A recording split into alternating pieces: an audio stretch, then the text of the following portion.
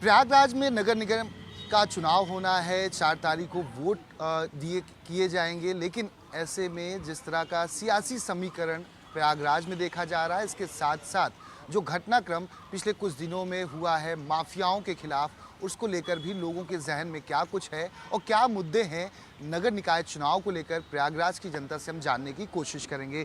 Sir, आपसे जानना चाहेंगे आपका शुभ नाम और क्या बेसिक मुद्दे हैं जब आप वोट करने जाएंगे 4 तारीख को, किन किन मुद्दों को ध्यान में रखा जाएगा? दीपक जी नमस्कार। मैं संजय बोल रहा हूँ, संजय पांडे। इलाहाबाद बहुत प्रबुद्ध लोगों का शहर है, लेकिन बहुत अफसोस के साथ कहना पड़ता है कि पिछले 10 वर्षों में विकास के नाम पे यहाँ पे सिर्फ पेड़ों की कटाई हुई है और बेशुमार पेड़ इलाहाबाद में कटे। उसका सीधा सीधा असर यहाँ के तापक्रम पे देखा जा सकता है। गंगा नदी के सफाई के नाम पर, संगम के नाम पे बहुत शोर होता है। खूब असल में जो अभी तक हमको लगता है निगम का जो पूरा यहाँ का उद्देश्य रहा है, ऐसे प्रोजेक्ट ले आना जिसमें पैसा बिल्डअप हो। ऐसा कोई प्रोजेक्ट नहीं ले आते जिससे कि वास्तव में जनहित का काम हो। शोर जैसे पूरे प्रदेश में होता है या पूरे देश में चल रहा है, मीडिया में विकास का बहुत शोर है, लेकिन एक्चुअल में विकास क्या किस तरह का हो रहा है, क्या हो रहा है, वो आम आदमी के समझ में नहीं आता है। उसकी बदहाली बढ़ती जा रही है दिनों दिन। और अब मेरी तो यही अपील है इस प्रदेश के या इस शहर के लोगों से कि इतना प्रबुद्ध शहर है, वो धर्म और जाति से ऊपर उठ करके वोटिंग करे। अब की बार कुछ अपनी प्रबुद्धता का प्रदर्शन करे। प्रभुत्ता का प्रदर्शन करे। यहाँ पर इंटेलेक्चुअल लोग बैठते हैं, देश को भी चलाते हैं, राज्य को भी चलाते हैं, बड़े बड़े ओहदे पर बैठे हैं। यहाँ से ही पहले प्रधानमंत्री और दूसरे प्रधानमंत्री गए, वो भी मेयर यहाँ से रहे हैं। और ऐसे में जैसा कि आपने कहा, शहर के विकास के नाम पे बहुत कुछ ऐसा हो रहा है जो नहीं होना चाहिए, जिससे लोगों को फ़ायदा हो वो होना चाहिए। क्या यहाँ पर कानूनी व्यवस्था एक बड़ा मुद्दा है या पहले था? और जिस तरह की बातें सरकार कर रही है और सियासी समीकरण को देखें, जाति धर्म पर ही वोट आज भी दिए जा रहे हैं और सियासी पार्टियां उसी तरह से अपने कैंडिडेट को भी खड़ा करती हैं कि इस तबके का वोट ज़्यादा मिल जाएगा। देखिए 92 के बाद से, जब से बाबरी मस्जिद ढाई गई, तब से जो सियासत का स्वरूप है बड़ा विचित्र हो गया है और इससे जो संवेदनशील नागरिक है उसको बड़ा दुख लगता है उसने, क्योंकि इस तरह का समाज नहीं देगा। खासतौर से हमारी एज ग्रुप का आदमी जो 60 के आसपास का आदमी है, एज का है, उसको भरोसे नहीं होता कि हम उसी देश में हैं। और कानून व्यवस्था जो है, देखिए जब से सोसाइटी बनी तब से हमेशा दिक्कत रही है। कोई ना कोई एक बदमाश उभरता है, वो फिर मारा जाता है। लेकिन क्या हमको जो 16वीं शताब्दी का जो न्याय व्यवस्था है जो अरब की है वो लागू करनी है या हमको जुडिशली एक सिस्टम डेवलप करना है? अब तो लगता है कि ये जो 16वीं शताब्दी वाला जो अरबियन न्याय का जो तरीका है वो इस देश में अपनाया जा रहा है।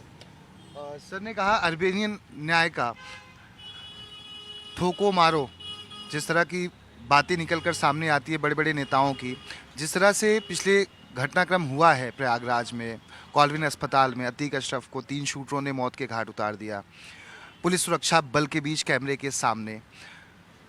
प्रदेश के मुख्यमंत्री ये कहते हैं कि ऐसे लोगों को मिट्टी में मिला दिया जाएगा।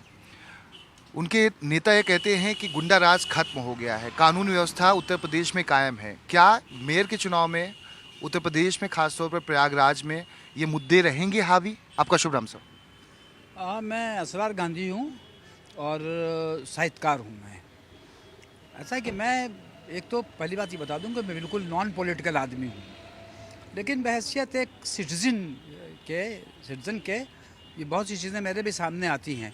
मेरे सबसे बड़ा सवाल ये है और सबसे अहम और इम्पॉर्टेंट बात ये है कि यहाँ पर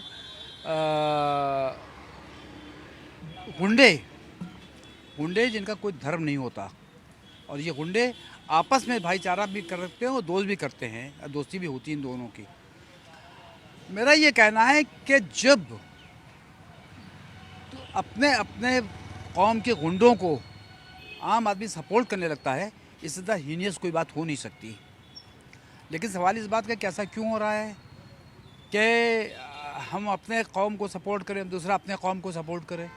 वजह यह है कि जब हमें ये महसूस होता है कि हमारी कोई सिक्योरिटी नहीं है, तो हम सोचते हैं कि यार यहाँ तो कोई हमारा जो यानी हमारी सिक्योरिटी देने वाले हैं वही जैसे हैं, तो हमें कोई फ़ायदा नहीं होना है, हमको और ख़तरा है, तो वो गुंडों के पास चले जाते हैं। और गुंडों के अपने दरबार होते हैं, वो बहुत से मामलात को हल करा देते हैं।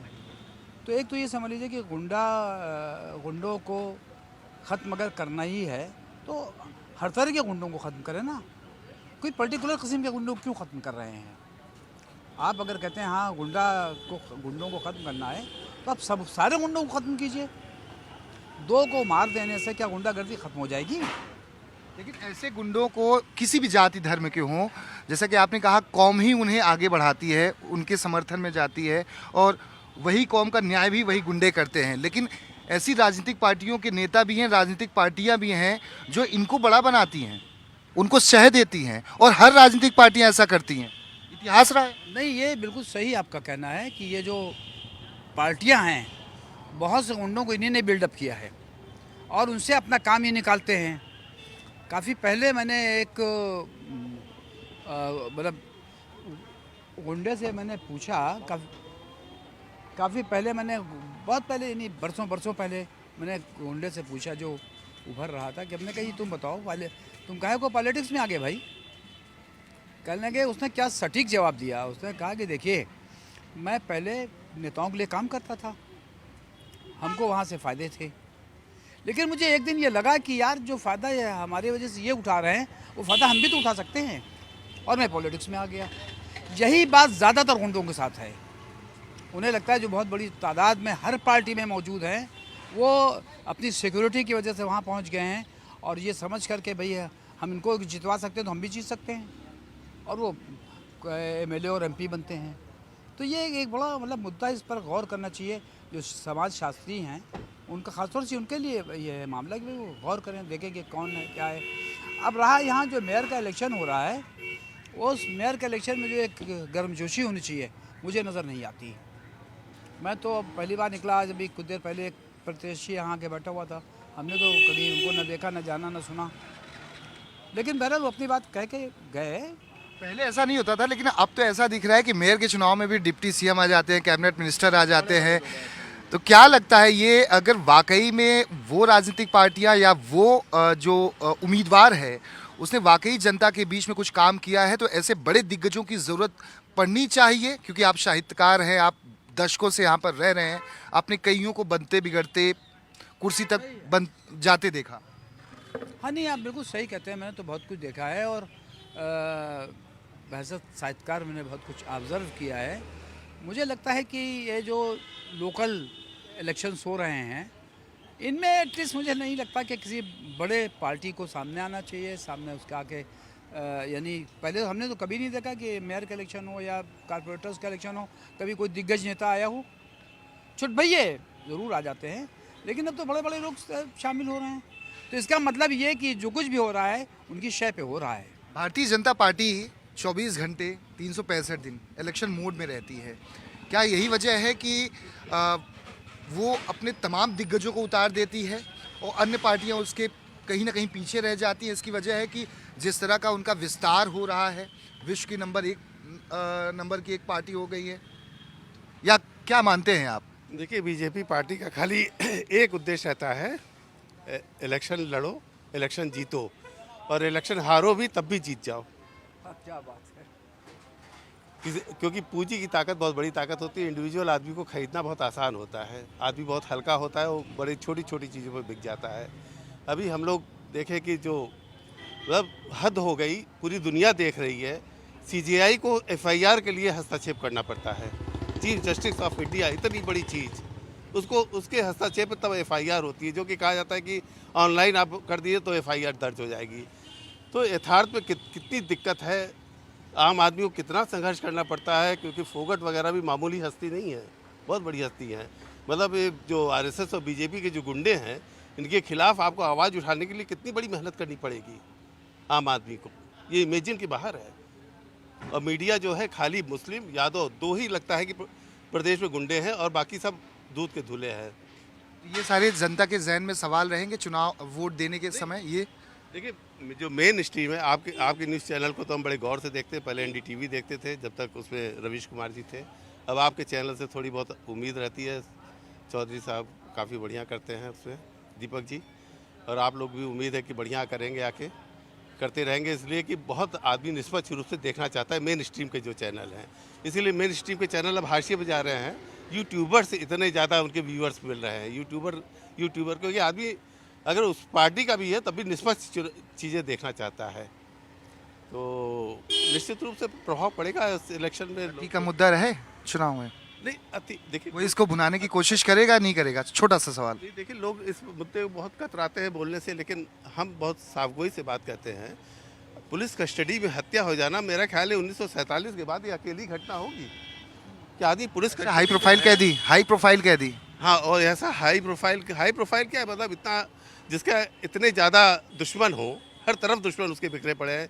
मतलब आम आदमी जानता है कि इसके जीवन को हर वक्त खतरा है, लेकिन पुलिस को ये बात नहीं पता थी। आपको हर चीज़ पता चल जाती है।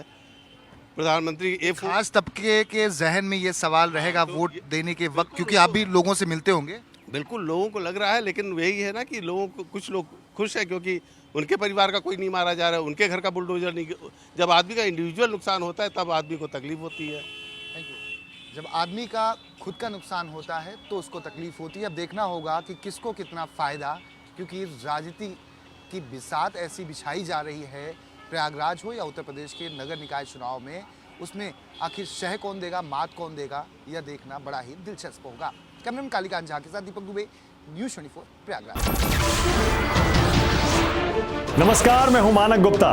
अगर आपको हमारा ये वीडियो पसंद आया हो तो इसे लाइक और शेयर जरूर करें, और हाँ, हमें सब्सक्राइब और फॉलो करना ना भूलें ताकि आप देश और दुनिया की कोई खबर मिस ना करें।